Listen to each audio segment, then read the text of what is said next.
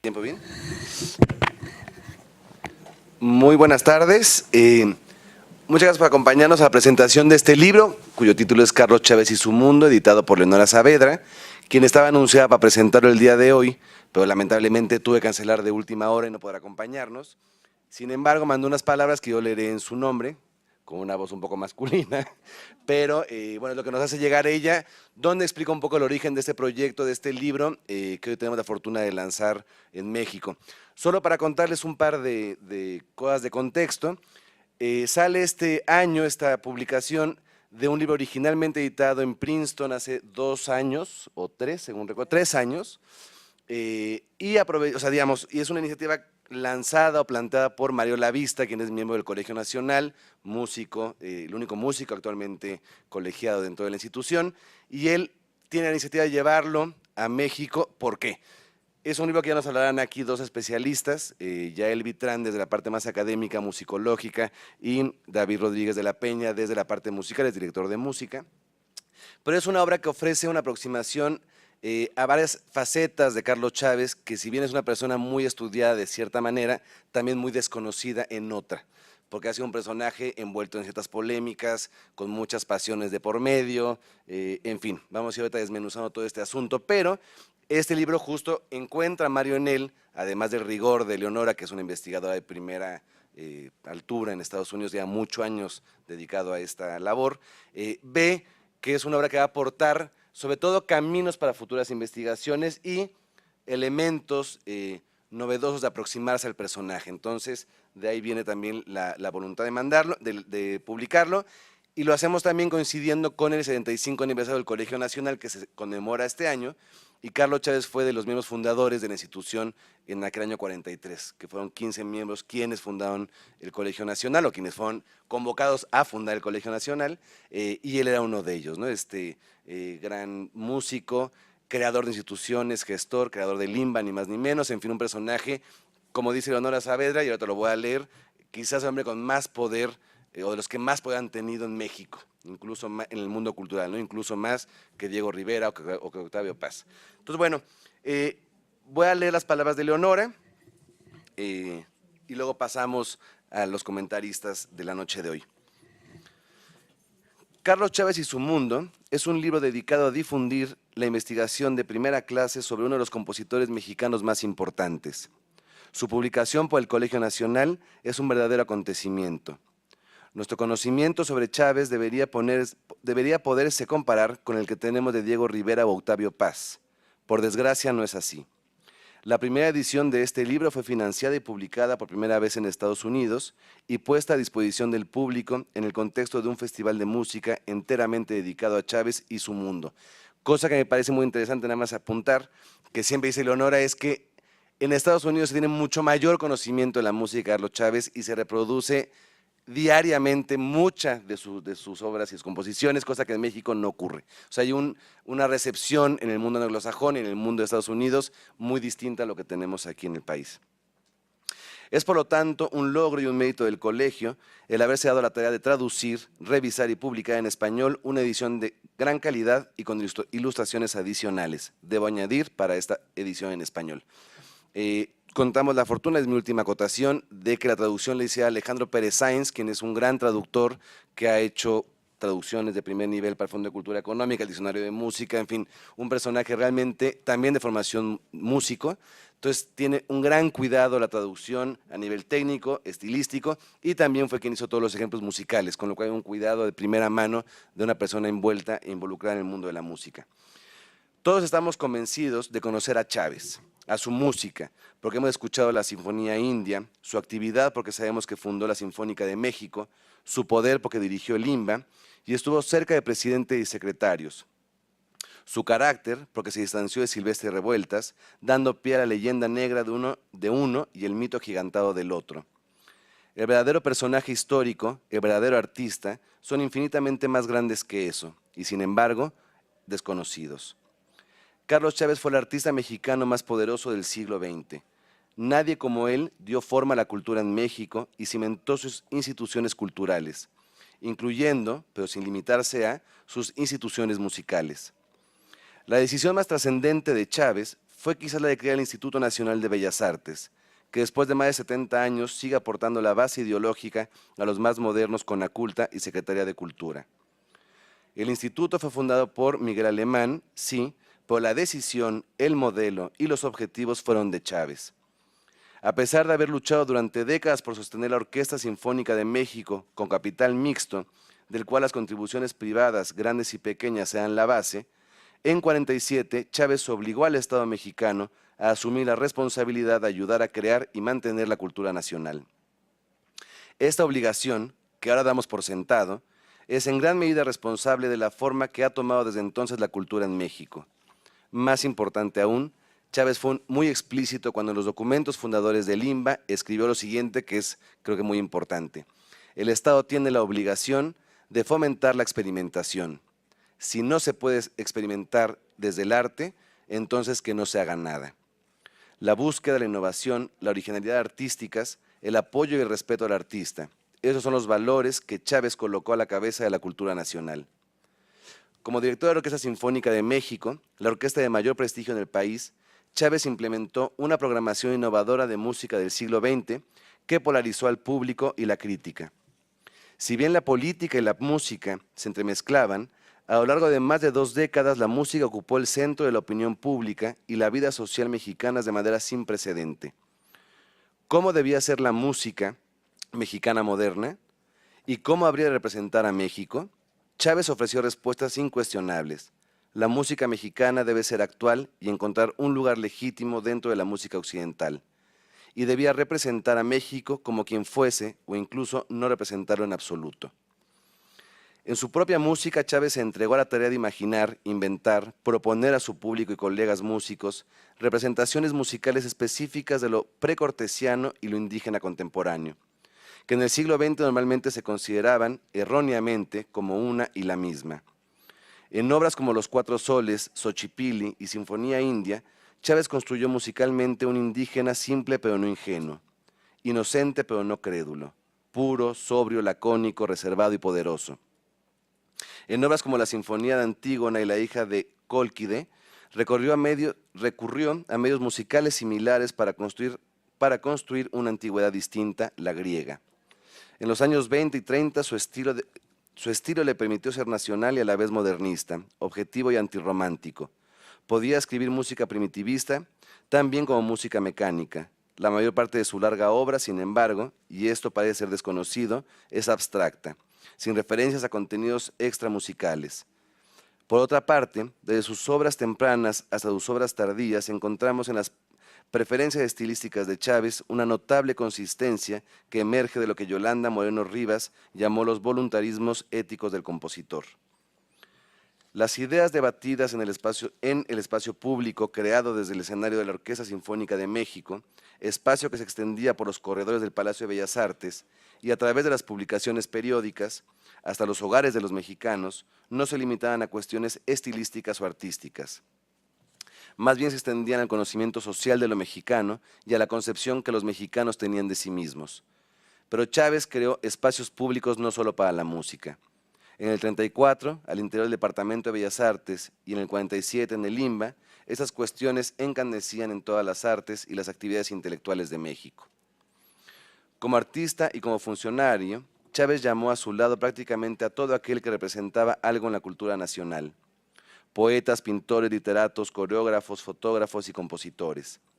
Desde su puesto como director del INBA, Chávez diseñó numerosos proyectos para los cuales reunió a las mentes más brillantes de la cultura mexicana. Por ejemplo, inspirándose en los ballets rusos, reunió a compositores, artistas y coreógrafos como el mexicano norteamericano José Limón para la producción de nuevos ballets mexicanos, una iniciativa dirigida por su amigo de toda la vida, el pintor y antropólogo Miguel Covarrubias. Ya desde temprana edad, participó también en proyectos intelectuales y artísticos en colaboración con escritores como Carlos Pellicer, Javier Villaurrutia y Salvador Novo, y pintores como Diego Rivera y Agustín Lazo. Y aquí otra acotación, la edición parte de lo que presenta, a diferencia de la de Estados Unidos, son estos bocetos que hizo Diego Rivera de los vestuarios que hizo para HP de Carlos Chávez, que son piezas que me parecen de una belleza extraordinaria, pero que son inéditas en México. y me parecen además de un valor artístico muy significativo, pero son ese tipo de colaboraciones que cuenta ahorita Leonora, en las que aquí tenemos a Diego Rivera haciendo los vestuarios de un ballet de Carlos Chávez, en este caso el de HP. Como es de esperarse, relaciones de Chávez con otros artistas no siempre fueron cordiales, porque era de un gran carácter. A ver si ya nos cuenta un poco de eso, pero también era un hombre muy pasional al menos, y que también despertó muchas antipatías por eso, ¿no? No siempre fueron cordiales. Desacuerdos, enfrentamientos personales y públicos surgieron por el choque de personalidades prominentes o por diferencias políticas.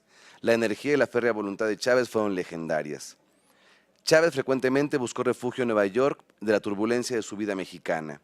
Inicialmente como aspirante a compositor, con muy escasos recursos económicos en el Greenwich Village. Después como director, compositor consolidado y administrador de las artes desde la Barbizon Plaza Hotel o su propio apartamento cerca del Lincoln Center. Chávez logró establecerse como parte integral de la floreciente escena musical moderna neoyorquina desde los años 20. Más adelante amplió su alcance a la costa oeste de Estados Unidos, sus instituciones y compositores. Asimismo desarrolló un profundo aprecio por la música afroamericana. Y mientras que nunca gozó en los Estados Unidos del poder que tenía en México, tampoco careció del mismo, ya que frecuentemente era consultado por instituciones como la Fundación Guggenheim y organizaciones gubernamentales y culturales. Chávez mantuvo un romance con los Estados Unidos y con todo lo que significaba para él: modernidad, poder, eficiencia, oportunidad, cálidas amistades y un hogar lejos de su hogar. Hablar de Chávez y su mundo es hablar realmente de Chávez y sus múltiples mundos. El repertorio de Chávez como director de orquesta fue impresionantemente vasto, y aún así su trayectoria es una disciplina que sigue pendiente de estudio. Sus relaciones con los poderosos en los ámbitos políticos y financieros son poco conocidas, y sin embargo, eso no ha impedido a muchos condenarlo por ellas. Su vastísima correspondencia con personalidades de Europa, Estados Unidos y Latinoamérica es desconocida para los lectores que no hablan el español. También se requiere examinar a fondo los cambios en las ideas políticas de este personaje a lo largo de los años, desde sus proyectos y escritos de inspiración marxista en los años 30 hasta su adhesión política a Estados Unidos durante la Guerra Fría, así como su concepto de nacionalismo revolucionario, del cual Chávez se sintió miembro de principio a fin. El reto no consiste en la falta de documentación, como es el caso de tantos otros músicos. 18,000 expedientes abrigando sus papeles personales y oficiales, correspondencia, escritos, prensa y mucho más, están al resguardo del AGN, del Archivo General de la Nación. Los manuscritos de sus composiciones se encuentran preservados por la Public Library of the Performing Arts en Nueva York. Y además, hay que decirlo, también su descendencia, su familia, está Ana Prieto, tiene un archivo personal en su casa que es de una rigor y de un cuidado también sobresaliente. Uno puede ir, es un espacio abierto y tienen todo organizado por fechas, sus programas, en fin, sus partituras. Entonces sí hay fondo de donde abrevar para conocer al personaje. Me voy a brincar 2 párrafos de Leonora, espero que no se ofenda conmigo, para darle la palabra a los demás.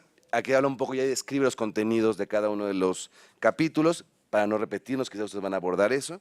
Solo voy a leer el cierre del texto. Todos los colaboradores de este volumen son investigadores extraordinarios.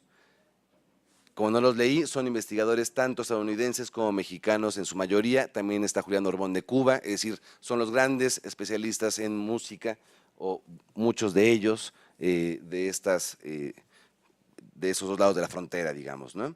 El resultado, no obstante, es una extraordinaria colección de suculentos bocados, tentadores atisbos de una plétora de oportunidades para continuar la investigación sobre Chávez y sus múltiples mundos. El Colegio Nacional lo pone a disposición del mundo hispanoamericano con este libro. Así que bueno, muchas gracias, Leonora. Y nada, ahora sí, creo que eso nos habla un poco del contexto, cómo fue creado, lo que buscaba Leonora, que es esta complejidad de este personaje en sus distintas facetas, abordado por todas estas voces. Tiene 3 secciones el libro, y ahora sí pasamos entonces al análisis de Yael y de David. Leo brevemente la semblanza, primero de Yael. Yael Vitrán Goren realizó estudios de piano en el Conservatorio Nacional de Música, de Historia en la Facultad de Filosofía y Letras de la UNAM, y es doctora en musicología por el Royal Holloway, Universidad de Londres, Inglaterra. Forma parte del consejo editorial de la revista mexicana Heterofonía desde el 96 y ha sido coordinadora y autora de diversos artículos y volúmenes publicados en Chile, México, Italia, España y Estados Unidos. Fue coordinadora del Comité Mexicano del RILM entre 2000 y 2005 y ha desarrollado una amplia carrera en la traducción especializada en música, en donde destacan el libro de Robert L. Parker, El Orfeo Contemporáneo de México, y el Diccionario Enciclopédico de Música, en este último como parte de un equipo más amplio de traductores, y ambos publicados bajo el sello del Fondo de Cultura Económica. Además de profesora e investigadora, desde agosto de 2014 es la directora del Centro Nacional de Investigación, Documentación e Información Musical, cuyas siglas son CENIDIM, del Instituto Nacional de Bellas Artes en la Ciudad de México. Entonces, ahora sí, Yael, bienvenida y muchísimas gracias. Bienvenidos, bienvenidas. Me da mucho gusto estar aquí. Por cierto, el CENIDIM, del cual soy directora ahora, es CENIDIM Carlos Chávez. Su nombre propio es Carlos Chávez, así que es muy ad hoc. Agradezco mucho la invitación del Colegio Nacional para presentar este libro, de Leonora Saavedra, por haberme considerado como alguien ad hoc. Bueno, no voy a leer todo porque traje un texto muy largo, voy a ir leyendo algunas cosas y platicándoles otras, pero quizás también retomando lo que decías, ha habido 3 músicos en el Colegio Nacional, ¿no? El primero fue Carlos Chávez, después Eduardo Mata y ahora Mario Lavista. Son los que han heredado de algún modo la silla del miembro músico. Y es muy interesante porque Carlos Chávez fue maestro de ambos, tanto de Eduardo Mata como de Mario Lavista.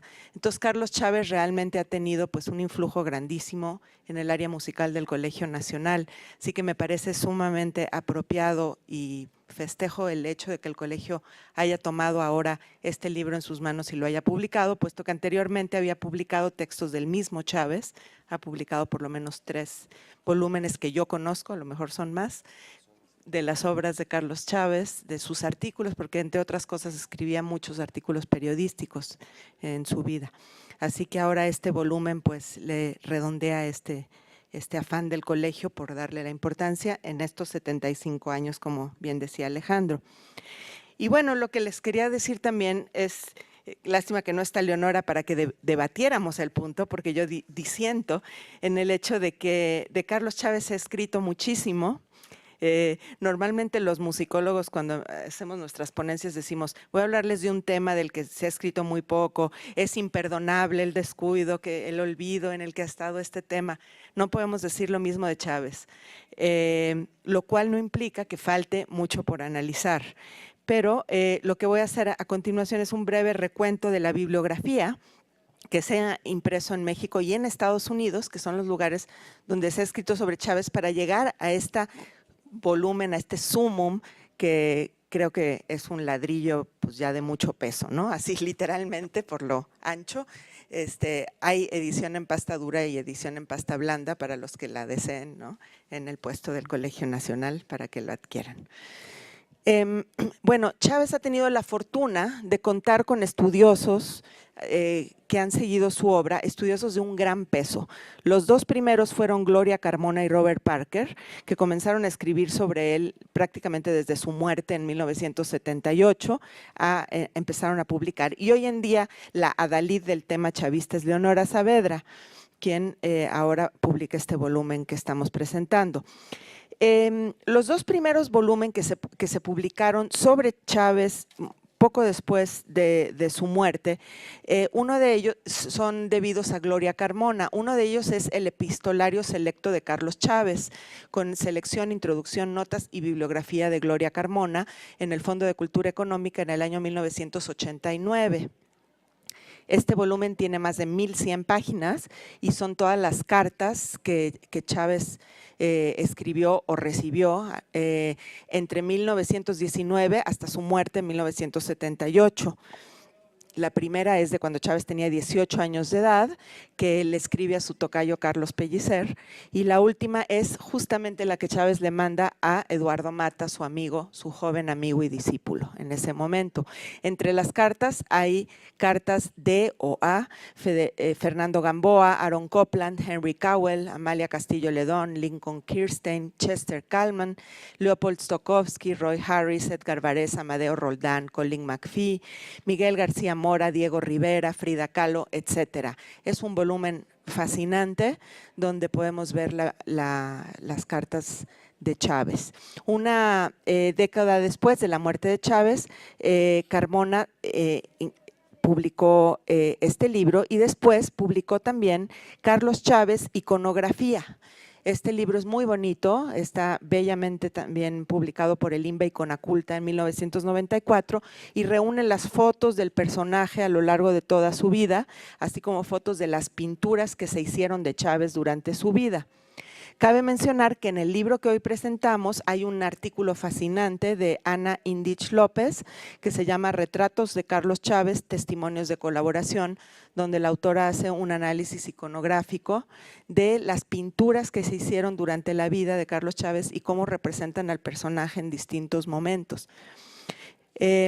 Bueno, ¿qué más? En 1996 sale otro libro que es una compilación de artículos de uno de los discípulos, admiradores y diseminadores también de la obra de Chávez, que es José Antonio Alcaraz. Se llama En Carlos Chávez, un constante renacer, lo editó el CENIDIM en 1996 y tiene los apartados Su individualidad, Chávez como director, obra varia, las sinfonías y un breve apéndice. En el año de 1998, a 20 años de la muerte de Chávez, la editorial Garland de Estados Unidos encargó la elaboración de un manual bibliográfico sobre el compositor a Robert Parker. Se llama Carlos Chávez, A Guide to Research. Salió como el volumen 46 del Composer Resource Manuals. Este es un elegante volumen delgado en pasta dura que contiene una pequeña biografía del compositor, una lista de sus composiciones y arreglos, una lista de los escritos de Carlos Chávez, un listado de fuentes biográficas y una bibliografía. Este es realmente una guía para los que quieran estudiar a Chávez, por dónde empezar con toda la bibliografía que había en ese momento, 98, todos los discos, todas las partituras. Entonces ya para ese entonces Estados Unidos se está dando cuenta que este compositor es digno de mención. Carlos Chávez es verdaderamente un personaje binacional, yo creo que él también lo sintió así durante toda su vida y una parte importante de su carrera la hizo en Estados Unidos y otra la hizo aquí en México. En 1999, Sergio Vela publicó The Visitors, que es un guión de la ópera de Carlos Chávez, Los Visitantes, que montó Sergio Vela en el Festival Cervantino en 1998 con el libreto del amigo de Chávez, Chester Kallman. Entonces, en el siglo XIX se publicaban siempre los libretos de las óperas y se distribuían, se vendían para el público que iba a ver la ópera, era una costumbre muy común. Esa costumbre dejó de existir. Hoy en día, si ustedes van a una ópera, no, en la entrada de Bellas Artes no venden los libretos, antes sí. Y Sergio Vela retomó esta costumbre y editó este libreto que podemos conseguir hoy en día. En 2002 apareció un libro de un coloquio que organizamos por el centenario de Carlos Chávez como su amigo, enemigo o protagonista, antagonista Silvestre Revueltas. Cabe mencionar que ambos nacieron en 1899, nacieron en el mismo año. Hicimos un coloquio que marcó un hito en el estudio de ambos personajes y Ricardo Miranda y yo editamos un libro que titulamos Diálogo de Resplandores, Carlos Chávez y Silvestre Revueltas, que apareció en la colección Ríos y Raíces de Conaculta con 14 autores que por primera vez pusieron a los dos compositores en perspectiva y Leonora Saavedra fue una de las que escribió, así como Robert Parker, Luis Avilar Payá y muchos otros. En 2002 apareció una traducción de mi autoría del libro de Robert Parker que se llamó Carlos Chávez, Mexico's Modern Day Orpheus, Carlos Chávez, el Orfeo Contemporáneo de México, que se había publicado en Estados Unidos y gracias a la iniciativa de Alcaraz se publicó también en México ya traducido al español. Yo fue mi inmersión en el tema de Chávez. Estuve trabajando muy cercanamente con Robert Parker, que realmente me enseñó muchísimo sobre este compositor, y él aprovechó a corregir las erratas del libro en inglés y a publicarlo en español. En 2009 salió publicado también por Robert Parker un libro que se llama 13 panoramas en torno a Carlos Chávez por Conaculta. En él prácticamente se reunieron todos los estudios que había hecho Robert Parker durante su vida sobre Carlos Chávez. Son 13 artículos del autor y Leonora Saavedra lo prologó, ese volumen. A mí me tocó hacer la revisión editorial y revisar los ejemplos musicales. Ahora sí, llegando al libro que hoy presentamos, que como ven no cae en vacío para nada, sino que tiene una amplia tradición bibliográfica aquí en México antes, tanto les digo por el Fondo de Cultura Económica como el INBA y Conaculta, y ahora le toca al Colegio Nacional pues coronar con oro y diamantes este volumen que me parece pues importantísimo. Como ya dijo Alejandro, no voy a repetir mucho porque yo iba a contar la historia del libro previa, que en inglés se llamó Carlos Chávez and His World, y es interesante el título, me parece, porque podría decirse que él tiene su propio mundo, se podría interpretar así como el mundo de Carlos Chávez, o bien que Carlos Chávez se insertó en un mundo en su época. Yo creo que es ambos sentidos. Es decir, Carlos Chávez creó un mundo propio, inventó un montón de cosas, entre las que mencionaba Alejandro, como la genialidad de crear la primera orquesta sinfónica moderna de México, que se llamó Orquesta Sinfónica de México, inicialmente, no Orquesta Sinfónica Nacional, y crear el Instituto Nacional de Bellas Artes en 1946. El decreto entró en vigor el 1 de enero de 1947, pero bueno, esta fue una iniciativa que él le presentó al presidente Miguel Alemán y gracias a eso se creó, para mi opinión, quizás un poco sesgada, la institución cultural más importante, ¿no?, de este país, al cual pertenecemos mi querido colega David Rodríguez, director del Conservatorio, y yo, directora del CENIDIM.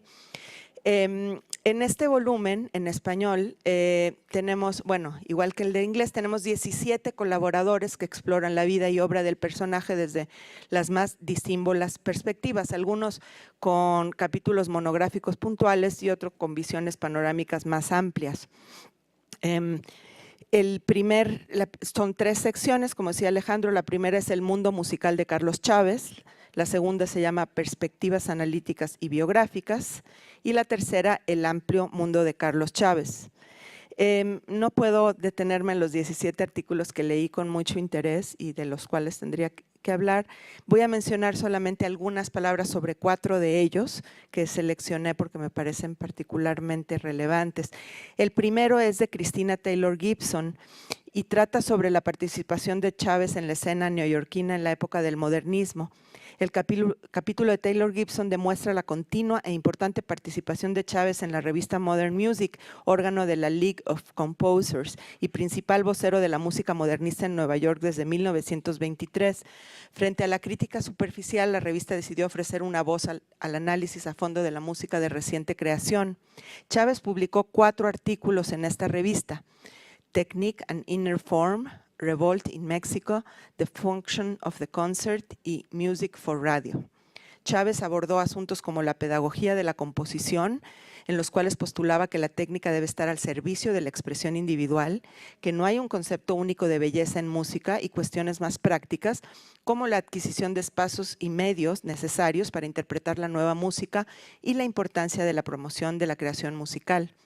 Taylor Gibson teje adecuadamente el papel de Chávez tanto como promotor musical a través de los cargos que tuvo en México con su papel de creador y director de la orquesta, pero también destaca la generosidad de Chávez para con sus colegas estadounidenses, a varios de los cuales acogió en México y cuya música estrenó con la Sinfónica de México. Taylor Gibson deja en claro que, cito, la Ciudad de México de Chávez estaba también entrelazada con Nueva York, más allá de la identidad común de ser ciudades del Nuevo Mundo.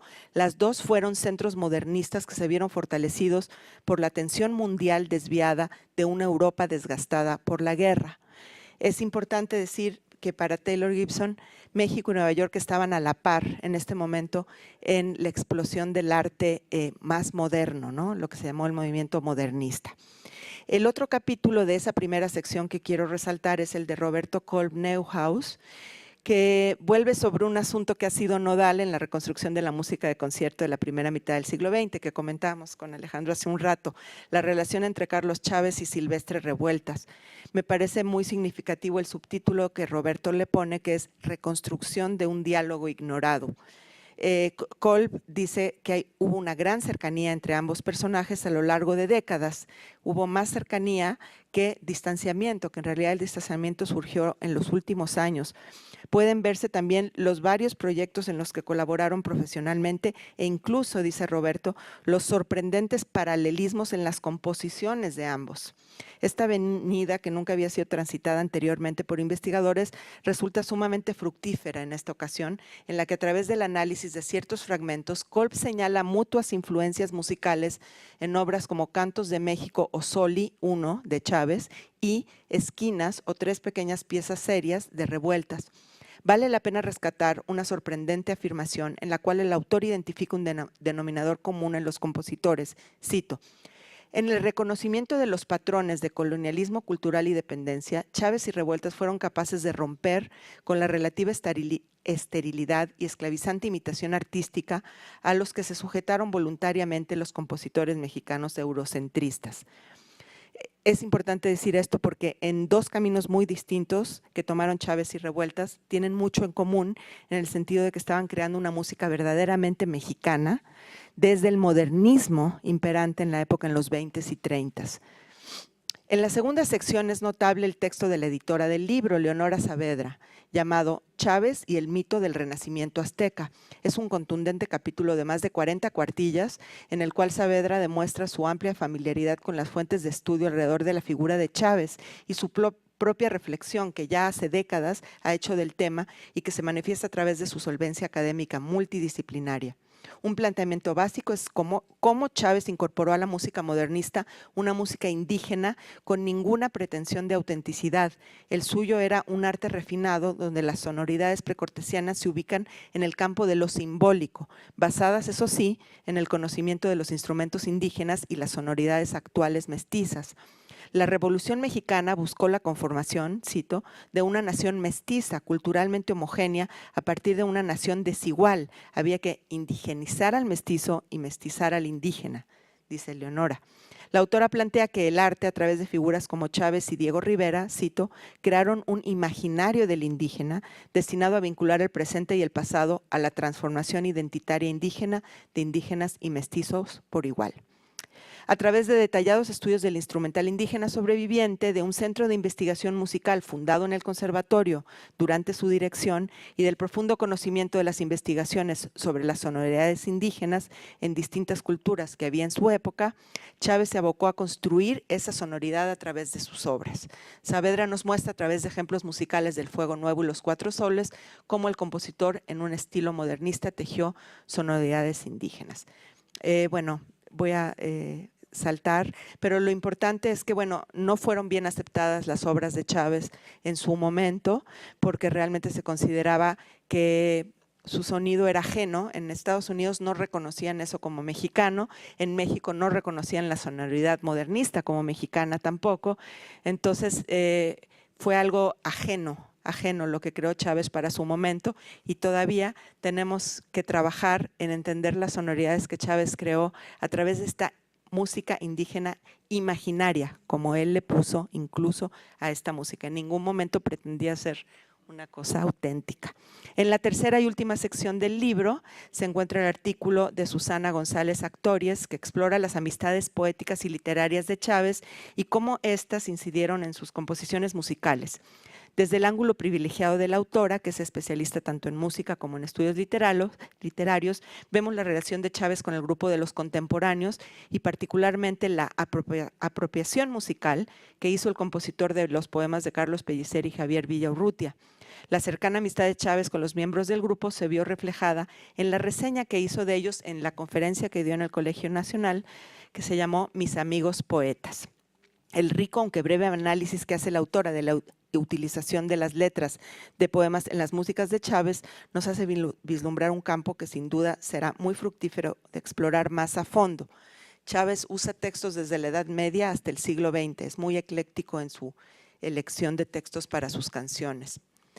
Para cerrar, me gustaría resaltar el gran trabajo de Alejandro Pérez Sáez, con el cual tuve la fortuna de trabajar en la edición, en la traducción del Diccionario Enciclopédico de la Música que publicó el Fondo de Cultura Económica y que, bueno, en esta como en otras ocasiones demuestra su amplia solvencia en temas de traducción musical. Es verdaderamente una excelente traducción. Después de celebrar su publicación y felicitar a la editora de este importante volumen, me quedo con una inquietud relacionada a mis propias obsesiones intelectuales y que de algún modo surge a través del libro, que quizás podría hacerse otro libro para esto, y es las cuestiones de género en relación a Chávez. Es un personaje asociado al machismo y la dominación patriarcal. Hoy lo llamaríamos un macho alfa. Cómo se percibe externamente y él mismo en su masculinidad. Es algo que nadie ha explorado y que se podría explorar a partir de sus cartas y de sus escritos. Yo creo que sería muy importante ver este aspecto. ¿Cómo fue su relación con el sexo opuesto? Vemos, por ejemplo, que la mayoría de sus cartas son con hombres, pero hay algunas muy significativas también con mujeres muy fuertes de su época. Habría que explorar también ese aspecto. Lo dejo ahí nada más.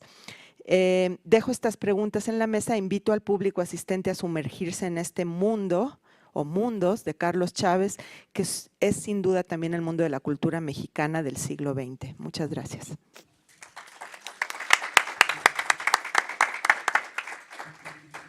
Muchas gracias, Yael. Voy a ser muy breve para presentarte, David, ya que tenemos el tiempo un poquito justo. Como ya dijo Yael, David Rodríguez de la Peña es actualmente el director del Conservatorio Nacional de Música, doctor en interpretación pianística y composición por el Conservatorio de Música de la Universidad de Cincinnati, realizó primeros estudios en el Conservatorio Nacional de Música. Ha tocado en las principales ciudades, bueno, en todas las importantes ciudades de México, en Europa, América Latina y Estados Unidos. Sus composiciones y arreglos musicales han sido interpretados por importantes orquestas a nivel mundial y fue pianista solista de la Orquesta de Baja California. Una serie más de datos, pero prefiero darte la parada para no quitarte minutos. Y nada más decir que viene llegando de Monterrey, donde ayer dirigió justo una orquesta que interpretó música de Carlos Chávez, así que viene un poco embebido también de manera muy directa. Entonces, bienvenido. Así es, muchas gracias. Bueno, saludo con mucho gusto a la licenciada Tere Vicencio. Muchas gracias por invitarme y a través del Colegio Nacional, Alejandro, por todas tus atenciones, y a mi querida amiga Yael Vitrán, que comentábamos, nos conocemos desde hace muchos años y que actualmente dirigimos dos de las instancias más importantes en materia de música en el Instituto Nacional de Bellas Artes. Puedo entender por qué fui invitado a esta presentación. Aparte de ser músico activo, soy también funcionario y gestor, y podría entender algunas de las situaciones que pasaron con Carlos Chávez, guardando la gran distancia que existe, pero en el sentido de cómo hay gente que nos agradece muchas cosas y también cómo se generan ciertos involuntarios rencores en la vida. Carlos Chávez era muy amigo de muchos artistas de distintas disciplinas. Ya se mencionó, Leonora Saavedra menciona su amistad con José Limón en relación a la danza. También menciona que era un gran lector, Carlos Chávez. Se menciona la relación que tuvo amistosa con Javier Villarrutia, Jaime Torres Bodet, Carlos Pellicer, Salvador Novo, etc. También en cuanto a las artes visuales, es interesante ver cómo tantos grandes artistas lo han pintado, lo han dibujado, desde Diego Rivera, Miguel Covarrubias, Siqueiros, Tamayo.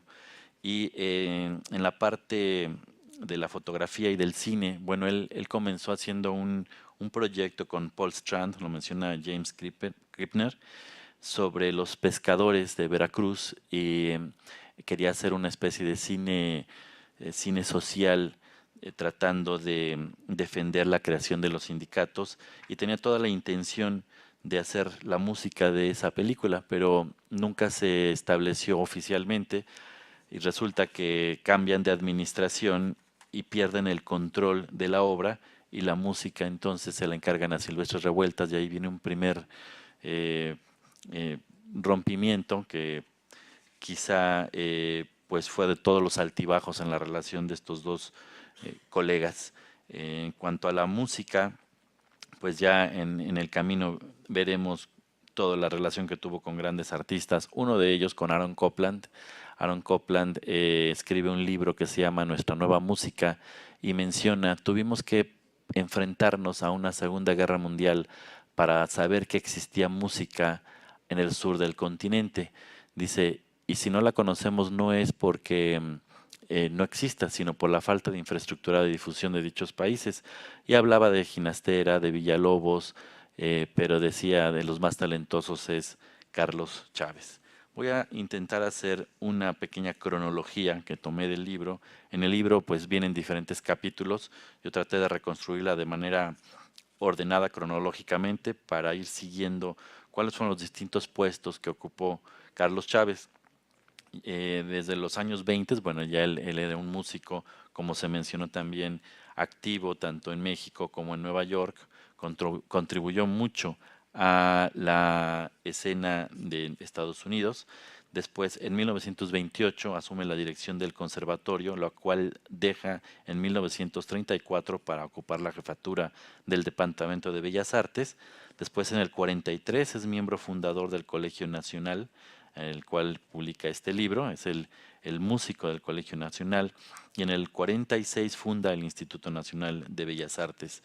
En 1948 concluye las actividades de la Orquesta Sinfónica de México que habían iniciado en 1928 por problemas económicos, pero para oficializarla y fundar la Orquesta Sinfónica Nacional.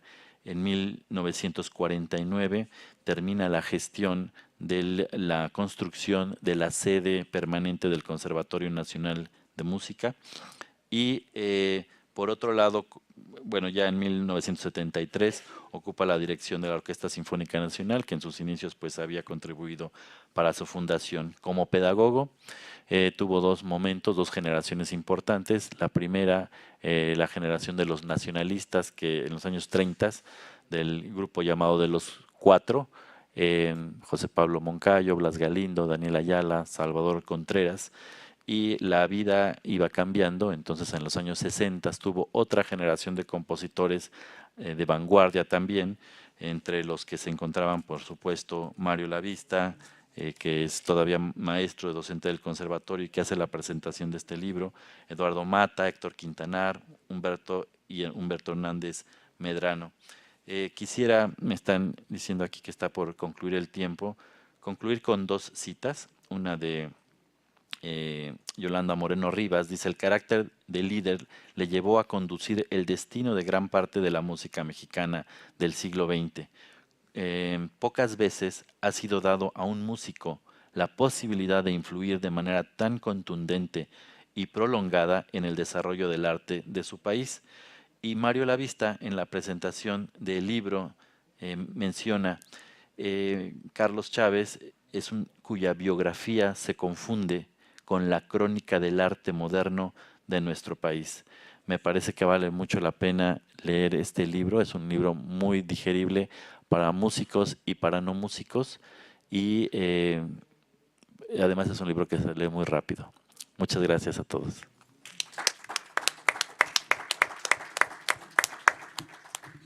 Muchas gracias, David. Tenemos unos cuantos minutos, si quieres todavía extenderte un poco más, o si no, abrir al público si tiene alguna pregunta. Entonces, con toda confianza, tenemos 5 minutos más. Bueno, no, simplemente pues me gustaría comentar que la vida de Carlos Chávez efectivamente ha estado llena de retractores y seguidores, y me parece que es muy importante que nosotros que no lo conocimos ya podemos ver pues su personalidad como músico, como funcionario, como gestor de manera más fría. Se habla de que era una persona autoritaria, pero pues México vivía también un gobierno autoritario, entonces era la manera de ser, de vivir. Ya él comentaba también su parte de género. Estaban en esa época donde todo ese comportamiento que ahora vemos reprobable, pues había muchas personas de ese tipo, y valdría mucho la pena establecer un debate.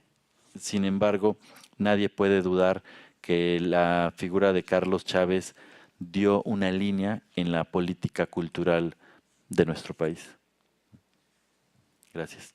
¿Si hay algún comentario, alguna Muy bien, pregunta? gracias. Si hay alguna Adelante. pregunta, inquietud. Nada más. Bueno, agradecerles a todos nuevamente el acompañarnos, agradecer mucho a David Rodríguez de la Peña, a Yael Vitrán, por acompañarnos, por venir y volver al día siguiente. Entonces, a ustedes por estar ahí con nosotros. Recordarles que el libro está a la venta aquí afuera o si no en el stand H9. Corran la voz, es un libro que realmente vale la pena. Y como bien decía David, bueno, él ya hizo una buena reconstrucción de donde abreva todo esto que hoy llega a estar publicado aquí, un poco la historia previa editorial a este libro, todo lo que ya hay. Pero decía David algo muy importante, es que es un libro que así como aporta líneas de estudio o complementa estudios en el mundo de la gente que se dedica a este tipo de investigaciones, también es un libro que realmente es accesible para los no conocedores, ni de música necesariamente, ni ese tipo de estudio. Entonces, creo que uno puede meterse en esta obra y así como aprender a distinguir lo que es la música moderna, el indigenismo que implicaba, el reto musical que todo esto, lo que implicó elaborar todo ese tipo de composiciones, hasta toda esta escena cultural mexicana. Entonces, bueno, invitarlos a que realmente se acerquen. Y pues muchas gracias y hasta luego. Hasta luego.